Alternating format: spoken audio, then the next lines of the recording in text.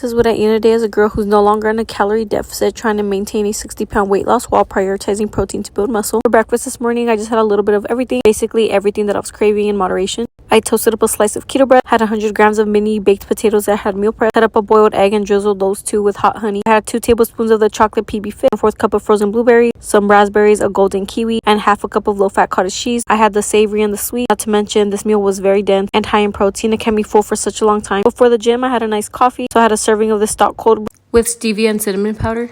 And I added about 1/4 cup of oat milk. I do usually like my coffees more creamy, but this was okay. And as a pre-workout snack, I just had 2 boiled eggs and 2 tablespoons of the PB Fit powder with some salt. Today was back and biceps, so I started off by warming up with this single arm lat pull down, and I don't fully extend up until I get my muscles warmed up. I did 2 sets of 15. The goal is just to get the blood flowing through my muscles, not to burn out with this. Moved on to another warm-up exercise, which was the cable row lat pull down, and I absolutely love this one to pull down. I did 4 sets of 10 to 12, and this one I did gradually go up in weight until I had a more challenging weight. I've hurt myself on this exercise before, so I definitely take my time on back day, just assuring that my form is good. I love to lean back slightly, keeping my chest up and tucking my elbows to the side of my body. I do also like to pause at the bottom, and this is just to keep the tension on the muscle, since the goal is to fatigue the muscle. Moved on to assisted pull-up, and I start off with a thicker band.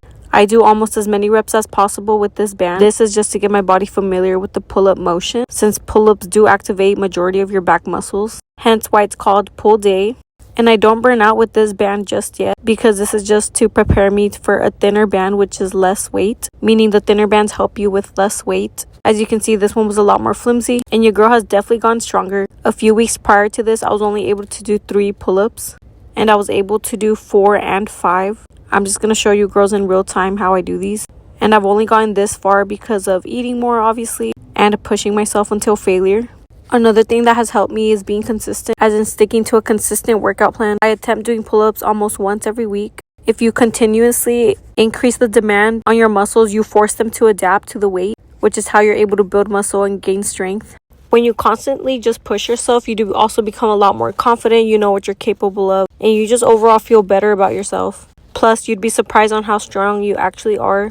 And I just want to show you girls in real time what it is and how it looks like for me to push till failure. And I don't care if I look silly in the gym or if I'm shaking or if I'm making Fuchi faces. It doesn't matter. I know that I'm pushing myself and I know what I want. And I'm working on bettering myself to accomplish my goals. And that's the mindset that you girls should be having in the gym also. Moved on to assisted lat pull down machines. And this workout feels a lot easier after the pull-ups. But I did 3 sets of 8 to 10 reps. Again, still pushing myself, slow and controlled movement. Chin tuck, chest up, pulling my elbows to the side of my body. I've definitely hurt myself on this machine before. Although I do push myself, I do prioritize safety. Again, another visual representation of me pushing myself. Moved on to these bent over rows. And initially I was doing these bent over with my chest down, but I fixed my form and was standing up a little bit more straight for these, and I definitely felt it more in my lower back. I don't always do this machine, but even if I'm not familiar with one, I do try it out. I do switch it up now and then in case the machines I usually go for are taken. And finished off with dumbbell curls, and I do slow control movements with the pause at the top. I try not to use momentum to bring the weight up. I initially start off by lifting both of them at the same time,